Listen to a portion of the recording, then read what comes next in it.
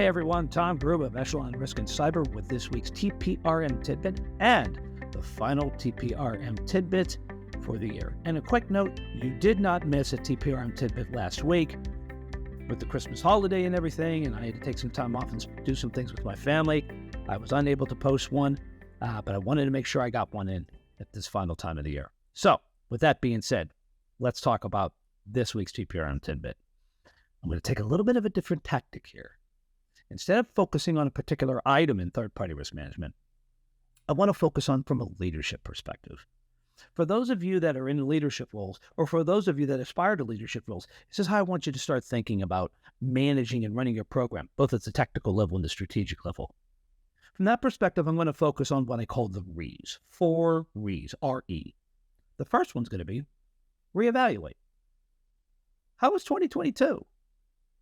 What were the successes you had? What were the challenges you had? How did you embrace those challenges? As you sit back and you think about the successes you had and the challenges you had, you're starting to document those? You're starting to able to put them into your playbook? This comes into the second recalibrate. Find out what tweaks need to be made. What changes do you need to start to adopt into your program? Perhaps it's new regulations. Take a look. January 1st of 2023, we now have the California Privacy Rights Act that officially goes into effect. And it's different from the CCPA. So if you need to make some tweaks, this is a perfect opportunity for you to get back out there and re-engage your privacy professionals, your legal teams, and sit there and say, are there anything that we need to tweak with respect to our customer and our employee data as we hand that over to third parties? What standards are we going to embrace? Anything new coming up? Maybe something from NIST. Maybe there's something that's coming up that we have to be in alignment with respect to, say, ESG, particularly in Europe. What about from a corporate perspective? Any changes we need to make internally? Maybe there's some new financial policies that are going to affect our program. New procurement strategies or programs that's going to affect us. So this is a perfect opportunity to recalibrate, both from a tactical and a strategic perspective, to help you in 2023.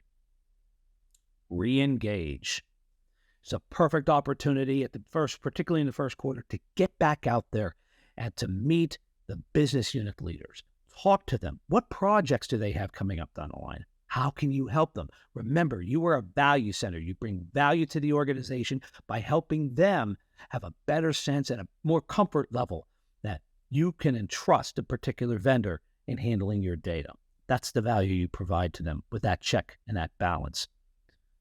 Engage them. Engage the second line of defense.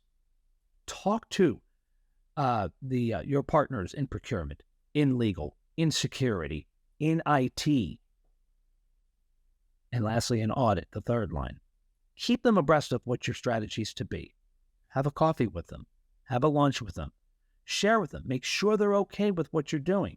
Ask for advice. If need be, make some tweaks. Trust me, audit always has their finger on the pulse. And if there's something that they need, that the corporation's going in a certain direction, they'll tell you. And it allows you to come back and to make that final, an additional tweak as you go through the recalibration phase. Okay? And lastly, this is the perfect opportunity to re-energize. Make sure you and your team are re-energized and refreshed.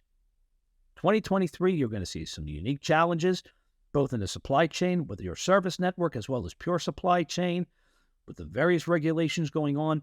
New cyber threats are on the horizon. Be prepared. Okay? You folks are on the front line of defense, helping your business units and also working with your vendors. So again, in hindsight, in summary, the 4 things again: focus on reevaluation, focus on recalibration, re-engage your business units, and re-energize yourself and your team. Okay, this is a perfect opportunity to do that. With that, I want to wish you all a very good holiday, a great new year coming up, and I look forward to seeing you all in 2023. May you have a safe and prosperous new year, folks. I look forward to seeing you all very soon. Cheers, everyone. Stay well, be safe. So long, 2022.